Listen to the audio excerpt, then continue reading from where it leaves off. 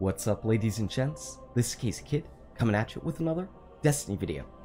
That's right, coming back for my first video since getting back from Guardian Con. As you can tell, I am indeed a little bit sick. I've barely got a voice, but this is our first YouTube video that we've actually recorded for quite some time, almost a week. And we're back in Destiny for the first time in easily a week, and we're going to check out what the tower vendor weapon rolls are. Last week they weren't really great, we didn't even bother. This week, again, we're going to go to all the vendors, we're going to point out what ones we think are really solid, really amazing, and then kind of just gloss over the other ones, just so that you can at least see and then make your own decision. So hopefully our voice holds up for the entire video. Again, I apologize for that, but we're back from Guardian Con. It was amazing. We've got to work on that video, but first we've got to go to New Monarchy.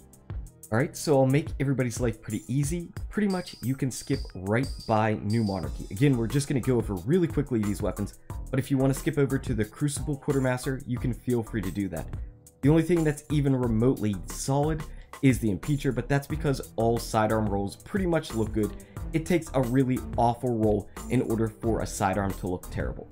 As far as the other guns, again, we're just going to really quickly go through these. The assembly, terrible stats. That stability is never going to get high enough in order to utilize this style of auto rifle. Pass by this. The hand cannon just has terrible range. Yes, it does have explosive rounds, so I mean, I guess you could have some fun with it, but come on, pass by this. You don't want to waste your marks on this one. What do we have next? A shotgun. A shotgun that has bad range and bad impact for shotguns. No thank you. A PvE style shotgun if it had full auto. This does not. Moving on, we've got a sniper rifle that has low impact and just blah for perks. You're not going to take this thing into PvE or PvP for sure. And then finally, this machine gun, which has a ton of rate of fire, but unfortunately no stability. So try firing this off and hitting your target. It won't happen. Again, New Monarchy just has some bad weapon type classes, and they're just pass. Moving on to the Crucible Quartermaster. Okay, for the Crucible Quartermaster, there are a couple of weapons that are okay. By far the best of the bunch though is the Palindrome. I know, what a surprise. So this one has hidden hand, and then you've got max range. Now I know reinforced barrel isn't necessarily the most desired choice because of the lack of stability, but I really don't think it's going to make that much of a difference because again, you've got to pace your shots anyway. So don't be deterred by that. And finally, I really like the idea of rescue mech, because how many times are you in a firefight and you've got no ammo? Well, this might save your life. You get low on ammo, get your magazine size back, and then you can finish off your target. So when it procs, it could be a lifesaver. I'm actually a fan of this Palindrome. It might not be your god tier one that you already have, but it's a pretty solid and pretty good one, and probably the best of the bunch. The other one that has some nice potential at least is the Event Horizon. And what I'm saying this for is because if you do not have a 4-shot of this impact style sniper rifle, you can get it right here with Casket Mag. So just in case you don't have it, it might be one of those things you want to have in your inventory, especially if you're doing those solo black spindle missions on classes that are not a warlock. And finally, you've got the Longview SLR-10 scope, which is a really good one. The other weapons, there are 3 others that at least have some potential, but they're not really god tier, but I'm going to showcase them anyway. The Anton's roll, again, it's a sidearm. Sidearms always have really nice rolls most of the time. This one does. It's got snapshot, reactive reload, then in the beginning, Zen moment or Army of One. Really a pretty solid roll. Also, the heavy machine gun. This thing doesn't have any new crazy killing potential, but the feel of it might be pretty good. You've got counterbalance, hand laid stock, and then unflinching or take a knee. So the handling and feel of this weapon could be pretty amazing. And then finally, the other weapon that I think at least looks pretty good and is so close to being really good is the rocket launcher, the Something Wicked. So for PvP, you've got grenades and horseshoes.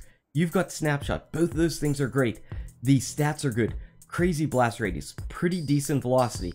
The problem is this first column, vacuum and last resort. Neither of these are ideal. Unfortunately, that's the only thing holding this back. Otherwise, this would be a pretty good rocket launcher if you don't have a legendary one. Now, I'm on the fence a little bit with this 0-day dilemma. Yes, it has counterbalance. Yes, it has great stability and focus fire, though focus fire and counterbalance might be counterproductive. The problem is, this magazine size is going to get too low. Trust me, 24 is already relatively low in the Crucible, and lowering it even further, I think that's going to hurt. The rest of the weapons really aren't doing anything. The party favor, it takes away your magazine size, so you're absolutely going to pass by this one. No thank you. For the hero formula, maybe this could have some use in PvP, but I like it as a PvE weapon. Whenever you've got some explosive rounds, it's just so much fun. For our fusion rifle, this can give you the range for those of you that really like range, but I don't think the other roles are ideal, though I know some people really do love the knee pad perk. They love sliding all over the place. For the shotgun, no. Yes, we've got rangefinder, but that is basically it. And of course, your matadors are going to have significantly more impact anyway. And that's about it for the Crucible Quartermaster. Let's go check out his brother. Okay, yikes. I thought the Vanguard was going to be exactly like New Monarchy and not recommend anything, but it does have one weapon that has a really nice role on a really unexpected weapon, and that's actually the 7th Sense. Though again, please do not pick this up for PvE. This is a PvP role for sure. You've got Hidden Hand, you've got Snapshot, and then in the beginning, well, I guess you're probably going to pick Life Support because you have to be a god to get triple tap in PvP. And then in the scopes, you've got Short Gaze. So this is about the best of the bunch for the Vanguard. The rest of the stuff is really falling short. The only other thing that I like a little bit is this Bone Crusher. Yes, the first perks, neither of these are great, not at all. And then in the middle, I don't love the idea, but you can get pretty much maximum range here with Rifle Barrel, and then you've got Hidden Hand. I might go with the Linear Compensator as well, so you at least have some stability and even more range. So Bone Crusher, not that bad, but again, the Sniper Rifle, this was the only thing really worth getting. The rest of the stuff is a pass. Continental, don't be fooled by Focus Fire. Remember, the slower firing auto rifles got the buff, not this style. So Focus Fire is just going to make you fire slower and in generally hit weaker. Then moving on next, we've got the Parthian shot, and I think some people might be tempted by Glass Half Full, but trust me, you want stability on this weapon. It's just going to make your bursts group up much tighter together. So pass on this one. There are far better Parthian shots out there. Pass on that one. The Angel's Advocate, again, maybe you might find some use for this in PvP, but I don't think so. I don't like small bore. I don't want to lower my magazine size. 14's already low enough. Pass by this. Moving on to the hand cannon. How dare you? How dare you be a hand cannon? I guess maybe for the how dare you, this is a relatively solid roll, but you're not going to use it. You're not going to use it. You don't want to buy it. The X Asterisk. Let's take a look at this sucker. I guess you could potentially use this thing, except for the fact that your magazine size is going to go all the way down to 3. Why? Just why? Pass. Absolute pass. Just pass. Why? The Teacup Tempest. So this one had some potential, but my problem with the Teacup Tempest is the magazine size is already low. Though I guess with reload perks like this, it could help you out a little bit, but I don't think this wants to be your sidearm of choice. And then we've got the Occam's Razor, which initially looked like it might have some fun potential, but no full auto means no. You're not going to use it. You're not going to buy it. It needs to have full auto. Absolutely. And then finally, you've got the Rocket Launcher. Again, this thing looked like it had some potential. It's got some good perks for sure. We've got Tripod and Snapshot and Battle Runner. Not bad. But the synergy just isn't there. You want Grenades and Horseshoes for PvP or something full out for the PvE style role of a rocket launcher. So unfortunately, the Vanguard Quartermaster is not exactly bringing the heat either. Sad about it. Very sad about it. Alright, coming over to Dead Orbit. Oh man, yet again, there is one weapon that I'm really liking, and I'm liking it for the fun factor, and that's the Keystone. So unfortunately, explosive rounds and full auto come in the same spot. How awesome would this weapon be with explosive rounds and full auto over here or something? Holy crap, that would be amazing. Though Zen Moment and full auto might be a nice combination, this middle column isn't anything crazy to write home about. Again, explosive rounds in PvE though is great, which is kind of what the problem is, because you'd really like to use these for PvE, but you'd also like full auto for PvE as well. So unfortunately, just the fact that they're on there together, but still, you might have some fun with this weapon. So that's why I'm going to recommend it. And compared to the rest of the stuff is a pass. Not that the Extremophile is terrible. It's just that there are far better rolls that you can get on it than this one. So not that this is just the worst gun in the world. It's just you can find a far better roll. The rest of the stuff though, yeah, not really great. not really that great. So fusion rifle isn't giving you stability at all, so we're going to pass by this one. No thank you.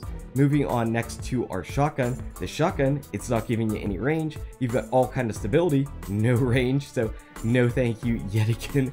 And then our sniper rifle, yeah, it's a very low impact, which means that you're not going to use it in PvE ever, and it doesn't have a PvP role aside from short gaze. And then finally, we've got the rocket launcher, the Unto Dust, which should absolutely stay dust and stay with dead orbit until next week. Really sad about this week. That's why the Keystone is definitely number one. Oh man, full auto and explosive rounds. How amazing would that be? Future War Cult's going to close us out with actually two really nice weapons. Really nice weapons. So a good way to end the video. My favorite is the Wounded over here. So the Wounded is trying its best to be a vision of Confluence. So for those of you that have not done the Vault of Glass or got your legendary vision of Confluence, here you go. You've got some Zen moment and you've got full auto over here. That's going to put in some really nice work in PvE. Yes, it doesn't have explosive rounds, but it's still a pretty solid weapon. In the middle, you could also make it a little bit better with Outlaw. So I'm digging that for sure. The problem is the vision I think is a little bit better because it's got a magazine size of 19 as opposed to 15.